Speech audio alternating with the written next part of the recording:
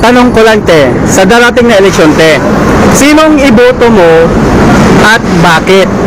Ako si Yomi. Dahil Yomi kami, kung pamilya namin Yomi.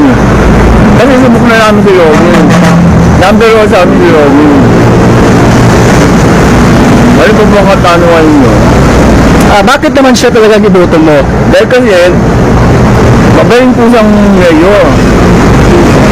Mula po nung po yan, dahil ka po kung kami makakaya kami sa kanya. So magandala niya, bilang mayor.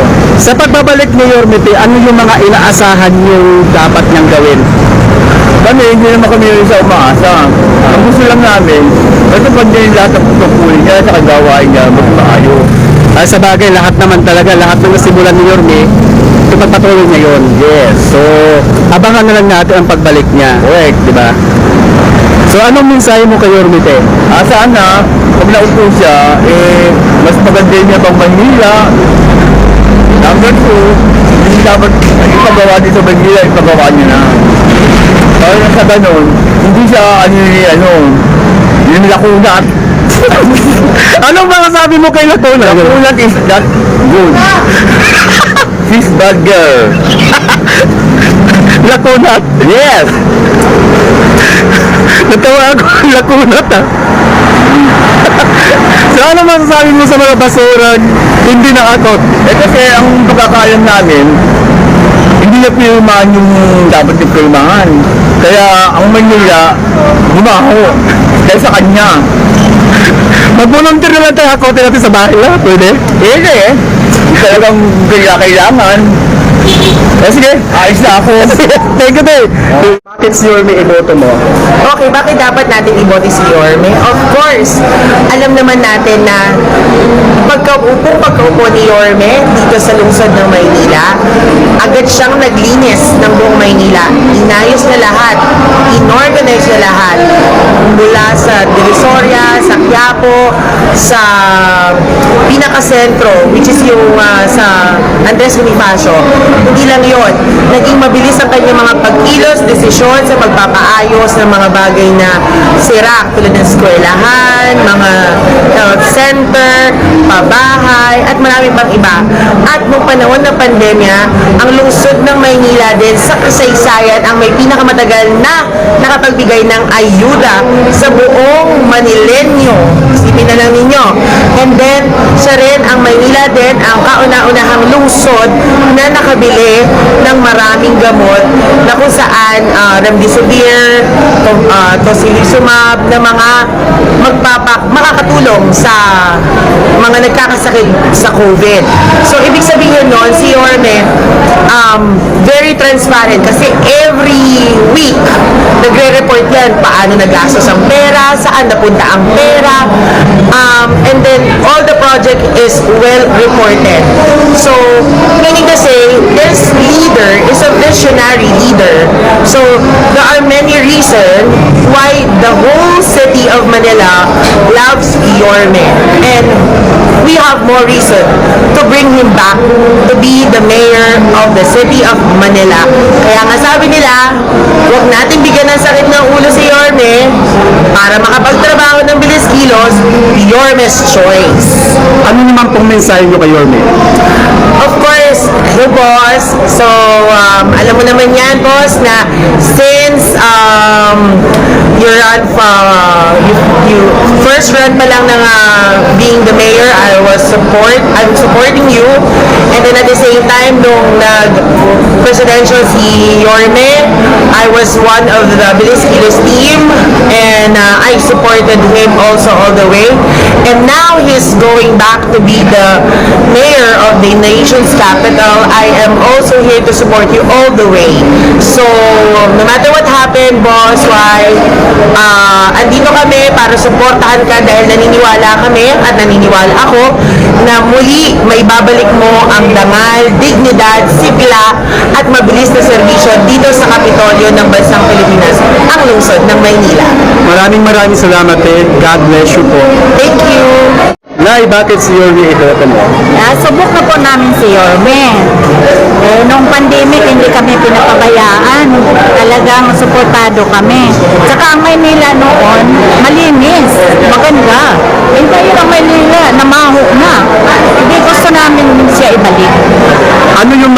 naalala yung nagawa ni Yorme?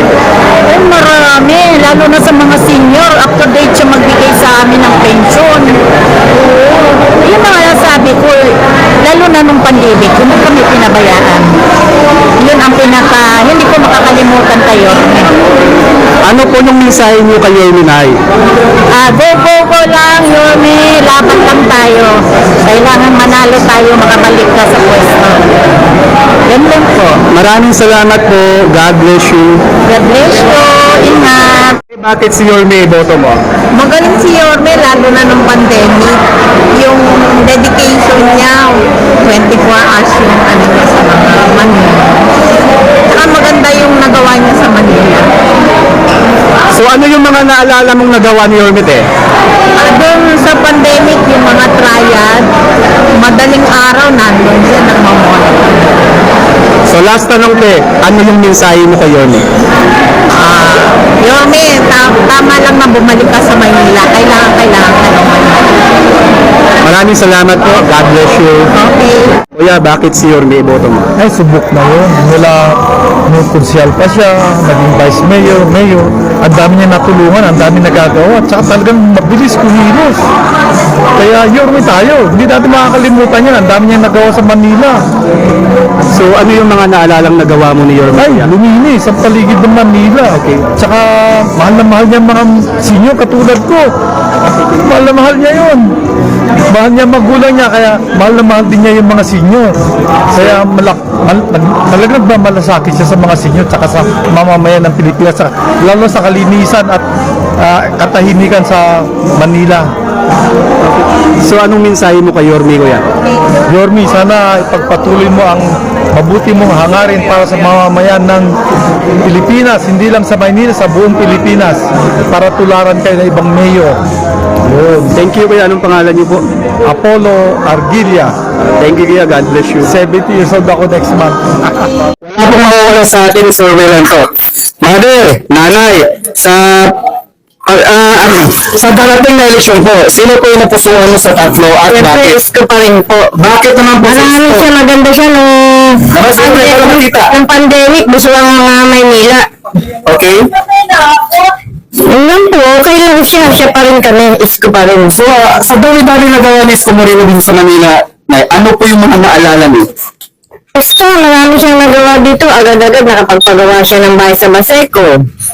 Tapos dito rin sa Tundo, iskulahan ng Almario. Nung mga iskulahan dito, maganda napagawa niya. Kaya isko pa rin kami. Okay. So, ano mensahe mo kay Isko Moreno, Nay? Sana siya pa rin ang manalo. Para pagpatuloy niya yung dito sa Maynila. Mga magandang gawain ng Manila. Okay. So, maraming salamat po, ha. God bless you po. Magandang hapon, te. Survey lang tayo, te, ha. Okay lang po, te. Survey tayo. Tanong ko lang, te, sa darating na eleksyon, sino po yung napupusuan mo sa tatlo? At bakit po? Wala kasi ano lang sa amin eh. Sa atin, dito sa Maynila marami na siya natulungan ng pas na naglingkod siya. Na naramdaman mo. So, anong mensahe mo ngayon kay Yorme, te? Kung sakaling siya ay manalo. Much more pa yung ibigay niya para sa mga constituents na sa Maynila. Kita niya pa, ginagawa niya. Anong pangalan mo, te? Imelda po. Emelda. Dilon. Yan si Ate Emelda, solid Yorme yan, ha. So, ayan, salamat, te. Maraming salamat, te. God bless you po. Hey, survey lang po tayo. Sa darating na eleksyon, sino po yung napupusuan mo dito sa tatlo? Isko Moreno. Napakabuti niyan, marami siya nagawa dito sa atin. Sa lalo pandemya, marami na itulong sa mga mahirap, mga may sakit, mga pagkain. Malaking bagay yun. Na nung nahirapan, nayangat niya. Maraming salamat kay Isko. Kundi sa kanya, maraming mamamatay. Okay lang siya. Dapat lang siya manayo. Dapat ibalik sa Kongreso para manalo, para umupo. Balik niya, ulitin natin yung ginawa. Ng magandang kabutihan ang ginawa sa taong bayan. Isko, guys, may tatay Isko po siya. Solid Isko. Barangay 39? Opo. Barangay 39, solid Isko. Maraming salamat tayo. Thank you. Exciting pa rin ito. God first tayo. Ibig sabihin ng God first. Unahin ng Diyos, no? Sabi nga doon sa Matthew 6:33, but seek me first of the kingdom of God and and righteousness, and all these things shall be added to you. Yeah. Ibig sabihin, mamuhay muna tayo ng may kabanalan para ang lahat ipuprovide ng Panginoon. Tanong ko lang po, Mother, ha? Sa darating na eleksyon, sino po yung napupusuan mo sa tatlo? Isko Moreno, San Bersosa, ay Lacuna. Ito ang Mother. Bakit naman si Isko? Ay, maraming nagawa yan dito sa ating buong tondo. Oh, naglinis ng kalsada, nagrubing nung pandemic, at ang aming food pack ay every month. Oh, diba? Saan ka pa? Anong mensahe nyo kay Isko Moreno? Ay, nako! Ay, Mayor! Bumalik ka na, sir! Bumalik ka na! Guys, Isko tayo dito, ha? Ay, bakit si Yorme iboto mo? Komedyante siya eh. Yung gusto ko yung masaya mo ka, siyempre, parating buhay na buhay kung magsalita. Siguro, naranasan naman natin na yung mga nakaraan, nakikita natin na malinis yung lugar. At sabi nga niya, bawal ang sagabal sa kalsada. Marami naman siyang ginawang maganda dito sa Maynila, kaya kailangan try natin ulit siyang bumalik kung sakali lang. At matikman ulit natin yan kung ano ang magiging buhay natin ulit. Yun lang. Kailangan pa ba natin dagdagan? Tay, ano yung mga naalala mong nagawa ni Yorme? Una-una yung sa kalsada, yung ilaw, pang-ilaw, kanya yun, di ba? Tapos yung cleanliness, yung pagpapalinis ng mga sidewalk, pagpapalinis ng mga plaza na medyo bulok. Ginawa niya yung mga yun pagpipintura. Kaya marami, isa-isain ko, baka hindi tayo matapos at hindi ko rin matandaan yun. Para yun naman, okay na. So last tanong tayo, anong mensahe mo kay Yorme, Tay? Good luck, Yorme. Sana makabalik ka. At nang magkasama-sama tayo ulit. Maraming salamat po, Tay. God bless you po. Tanong ko lang, bakit si Yorme iboto mo? Kasi po, magaling po si Yorme. Nakikita ko po na ang Manila during his time ay malinis, disiplinado ang mga tao. So ano yung mga naalala mong nagawa ni Yorme, Nay? Yung mga nagawa niya, sa example, yung traffic doon sa Recto, naayos. Yung mga basura sa kalye, naayos. Yung mga tao nagkaroon ng disiplina, lalo na sa Divisoria. So ano yung mensahe niyo po kay Yorme, Nay? Yorme, I am your fan. And I'm going to vote for you. Sana manatili po kayo po ang maging mayor at lagi pong maging malinis at ang mga tao nagkakaisa, masaya. Maraming salamat, Nay. God bless you po. Bakit si Yorme iboto mo? Okay po siya para sa akin. Matulungin na tao at maganda yung patatakbo ng Pilipinas. So tanong ko, Nay, ano yung mga naalala mong nagawa ni Yorme? Ang kagandahan niya po, naalagaan niya yung mga senior citizen at saka yung pag-unlad ng Maynila. Napapaganda niya yung mga playground natin doon sa malapit sa munisipyo, napapaganda niya. Marami po siya napapaganda po. Sige po, Nay, tanong ko po, ano po yung mensahe mo kay Yorme, Nay? Sana po, Mayor, magiging kayo na ulit ang maging Mayor natin ulit. Kasi ho, para sa akin po, ako po ay butong-buto po sa inyo. Salamat po, Nay. God bless you po. Thank you po. Nay, bakit naman si Yorme iboto mo? Kasi po si Yorme, unang-una, nung siya ay artista pa, talagang idol ko na po siya. Pinapanood ko lahat ng mga pelikula po niya. Tsaka dito sa Maynila, marami po talaga siya nagawa, lalo na sa mga seniors. Talagang siya po ay supportado po kami mga seniors. So ano yung mga naalala mong mga nagawa ni Yorme na marami, Nay? Unang-una po, lalo na nung pandemic po, talagang supportado po niya kami ng mga food, medicines, at kung ano-ano pa po na kailangan talaga ng mga naninirahan sa Maynila. Ano pong mensahe nyo kay Yorme? Mayor Yorme, dahil ikaw po ay tatakbo, susuportahan po namin kayo sa po ng aming pamilya po. Kaya mabuhay po kayo, sana kayo po ulit ang mananong mayor. Thank you po. Maraming salamat, Nay. God bless you po. Ako si Nanay. Mabuhay kayo may tanongin natin si Nanay. Nay, sa darating ng eleksyon, sino po napusuan mo sa tatlo? Isko! Bakit si Isko? Kilala na namin siya, tsaka marami siyang natulungan, lalo na ang mga senior. Hindi niya kami pinabayaan. Kahit yung pandemic, kahit sabihin na nila, nabesan niya ng kung sinong nabenta ni Isko. Binigay sa amin. Hindi ka mukha ni Ani Lacuna. Ganang basura, nakatambak. Oh. Sabi nga ni Isko, imbis cake, cake. Oh, diba? Kaya Isko kami. Iskor, Isko.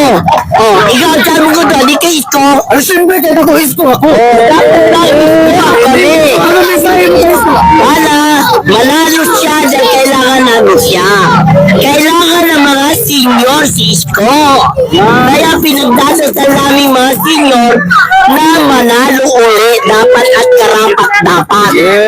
Isang sino para kay Isko! Isko! So, thank you po sa solid Isko. Isko. Sa solid Isko po, maraming salamat. Dapat lang. Diyos.